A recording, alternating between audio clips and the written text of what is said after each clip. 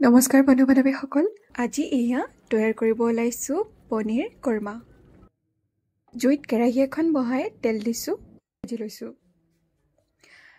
তেলখিনি গৰম কৰি লৈ পিঁয়াজ, কাজু, কেঁচা জলকীয়া আৰু অলপমান নিমখ দি আটাইখিনি ভালদৰে ভাজি লৈছোঁ।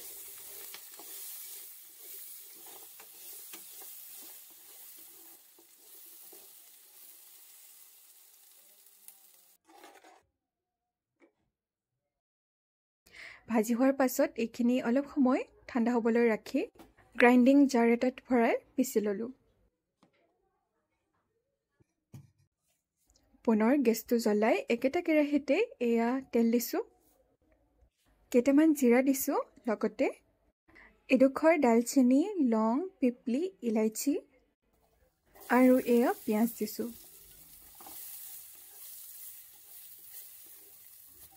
পিঁয়াজখিনি ৰঙচুৱা হোৱালে অলপ ভাজি লৈছোঁ।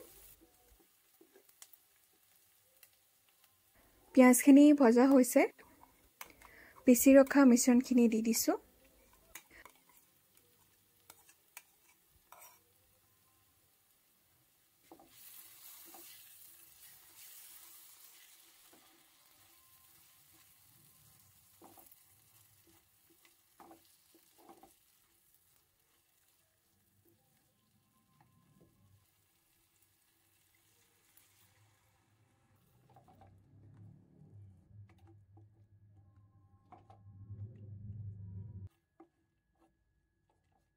আটাইখিনি ভালদৰে মিহলাই তাৰপাছত এয়া দিছোঁ।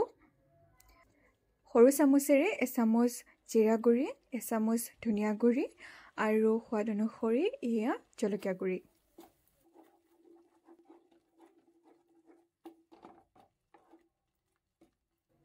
ধুনীয়াকৈ মিহলাই ল'লোঁ। এতিয়া মই দৈ দিছোঁ। দৈখিনিও ভালদৰে মিহলাই লৈছোঁ।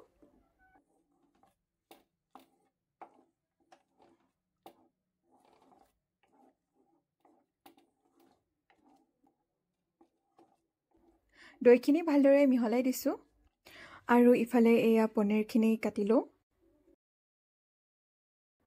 পনীৰখিনি আপোনালোকে যিকোনো শ্বেপত কাটিব পাৰে।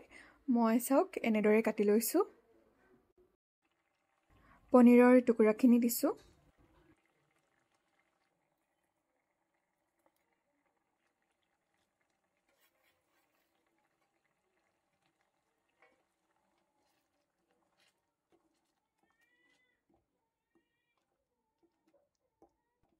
মিশ্ৰণখিনিত যিহেতু নিমখ দিছিলোঁৱে, গতিকে এতিয়া জোখমতেহে মই নিমখ আৰু অলপ দিছোঁ।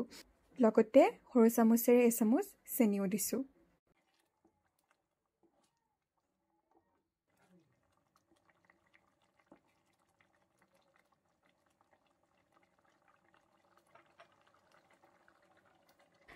ঢাকনিখন লগাই এতিয়া 2-3 মিনিটৰ বাবে ঢাকি ৰাখিছোঁ।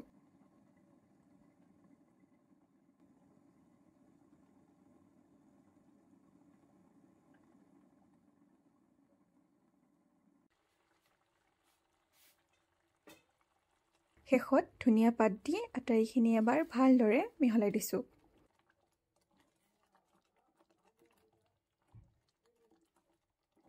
এয়া আমাৰ পনীৰ কৰ্মা তৈয়াৰ। আপোনালোকেও এইদৰে পনীৰ কৰ্মা তৈয়াৰ কৰি খাওক। আশা কৰোঁ নিশ্চয় ভাল পাব।